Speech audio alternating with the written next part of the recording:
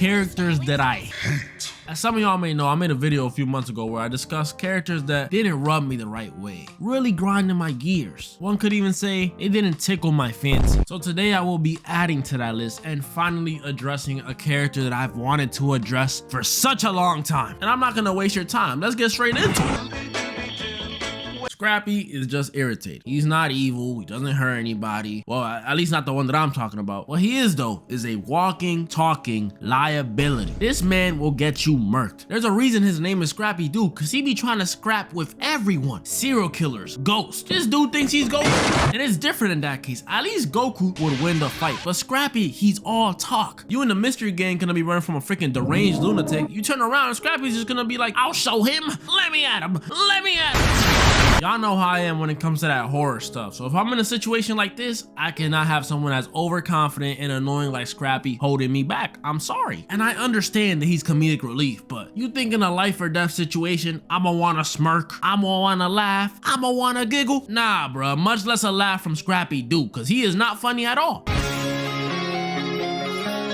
Do I have to explain this? The Deep is a bad human. F tier, literally. I don't even wanna mention what he did, cause ew. The Deep has to be the biggest loser in the whole show. He's not menacing enough to be a Homelander where we're scared of him and we don't know what he's gonna do next. And he's too much of a bad person to be a good guy. He's a loser. And with all that being said, he's the funniest person in the show. But hear me out, hear me out. Watching the Deep get constantly dunked on is the best part of The Boys. There's the scene where he gets kicked out of the 7, the time where he finally faces his biggest insecurity, his gills, just for Homelander to call him disgusting for showing them. He's right, by the way, the Deep's gills are the nastiest thing in the show. And sometimes while watching the show, I would catch myself feeling bad for him because they just keep beating him up while he's down. But then I'd be like, wait, this is the Deep we're talking about.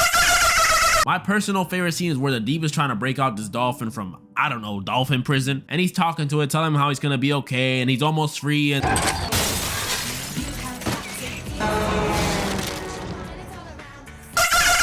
Comedy gold. And also, before I forget to mention this, the Deep has no problem going in deep with sea creatures, if you get what I'm saying. That dolphin he was helping, octopuses, octopi, Marlin from Nemo. Imagine what he would do to the female fish from Shark Tales. Oh my goodness. And this whole dynamic, I guess you could call it, he has with fishes, kind of backfires on him when he goes to lunch with Homelander. This part is also one of my personal favorites, but it's super messed up. So, you know, everybody's eating except for the Deep because it's all seafood, which is very... so messed up. But to make it up to him, Homelander had his chefs make a very special meal for the Deep. A Korean delicacy, actually. A live octopus. But what made it worse is this is no ordinary octopus. This is the Deep's... He would give him the Marlin treatment, to say the least. Timothy. And Homelander wants him to eat him alive. I'm sorry, RIP my boy Timothy. This part is super disturbing, but it is so hilarious. Ah, comedy gold. But yeah, the Deep sucks.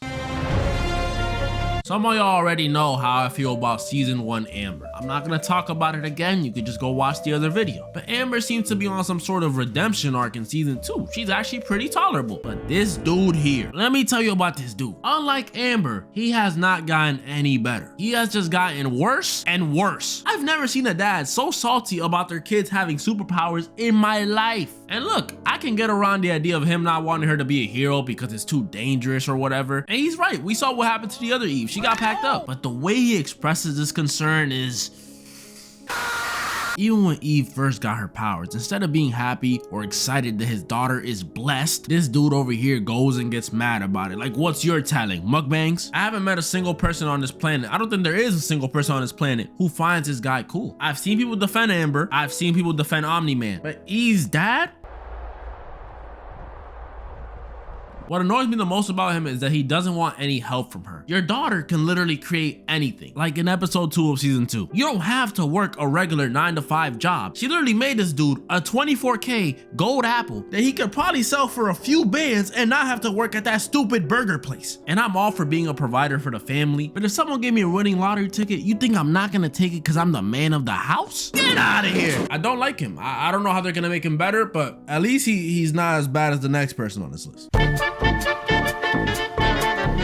You know, when I was younger, I would boot up Lego Star Wars The Complete Saga on my Wii, pick Darth Vader, make Jar Jar my second player, and go to work. I know he's supposed to be funny and naive and an overall innocent guy, but I don't care. He gets way, and I mean way, too much screen time. And it'd be different if all his jokes was hitting like he was Steel Von or something. But no, he just manages to piss me off every time he's on screen. Watching Chewbacca is more entertaining to me. And he's a Wookiee. Also, I literally can't understand him. That's another thing. The way Jar Jar speaks, it's funny up until it's not. Misa called Jar Jar Binks. Misa, your humble servant. Misa should shut the fuck. Crazy part is I would have actually found him funny if they just showed him less. Like a lot less. And he gave Palpatine emergency powers, so he's technically responsible for Order 66. Yeah, hate him for life. Nico, it's Roman. Let's go. I don't want to go bowling. And finally, ladies and gentlemen, the person that I've been waiting to talk about for a minute now. My name is Skyler White, yo. Okay, I'm gonna preface this by saying in the later seasons, I don't hate Skyler at all.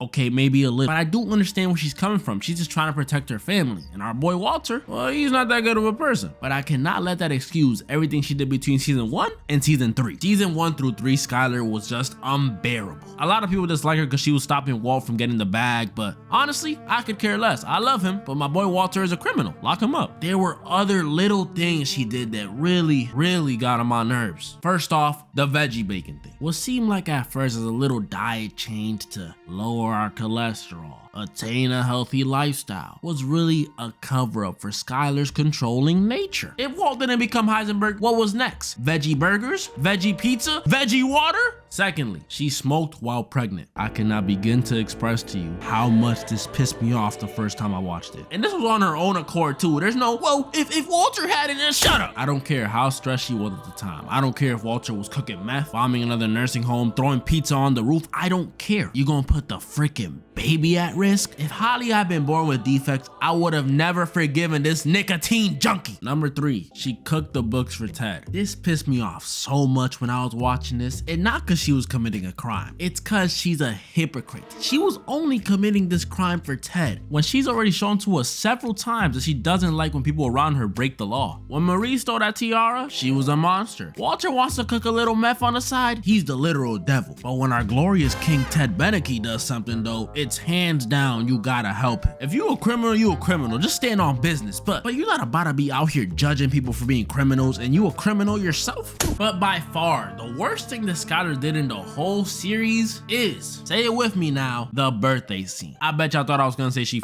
Ted. Nah, that annoyed me. Don't get it twisted. But this affected me in the real world. While watching this, my skin was crawling. I was gritting my teeth.